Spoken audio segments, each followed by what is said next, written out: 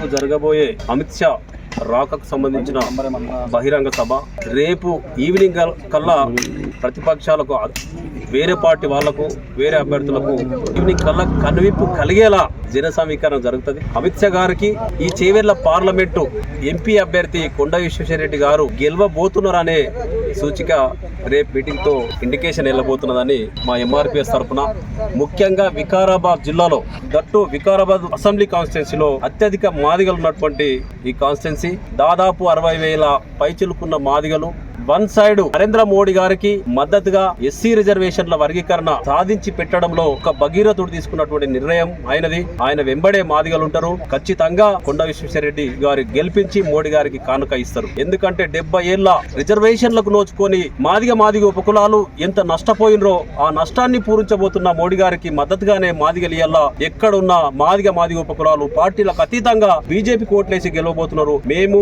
ఇప్పటి వరకు వికారాబాద్ జిల్లాలో మాదిగ కడప తొక్కని కడపలేదు. ఇప్పటి వరకు మంచి స్పందన ఉన్నది. మా వాళ్ళు మంచిగా ఏ పార్టీని కూడా మేము అడగక ముందే అరే ఒక మంచి నిర్ణయం జరిగింది, అద్భుతమైన నిర్ణయం జరిగింది, ఒక అంబేద్కర్ రిజర్వేషన్లు ఇచ్చిపోతే అవి పంచలేరు, మరొక అంబేద్కర్ లాగా మోడీ గారు వాటిని పంచిస్తున్నారు అనే కోణంలో మాదిగలు ఉత్సాహంతో బీజేపీకి ఓటు వేయడానికి సిద్ధంగా ఉన్నారని తెలియజేస్తున్నా. అయితే నిన్న మొన్న 10 మంది అవాకులు చివాకులు ఇక్కడున్న ఈ రిజర్వేషన్ల వర్గీకరణ వల్ల మాదిగలకు న్యాయం జరుగుతుందని గిట్టని కొంతమంది మాలలు వాళ్ళ తాపేదారులతోటి చిన్నగా ప్రెస్ మీట్లు పెట్టడం అట్లాంటి ప్రయత్నాలు చేసిర్రు. అవి కూడా విఫలమైనవి. వాళ్ళని ఎవరు విశ్వసించరు.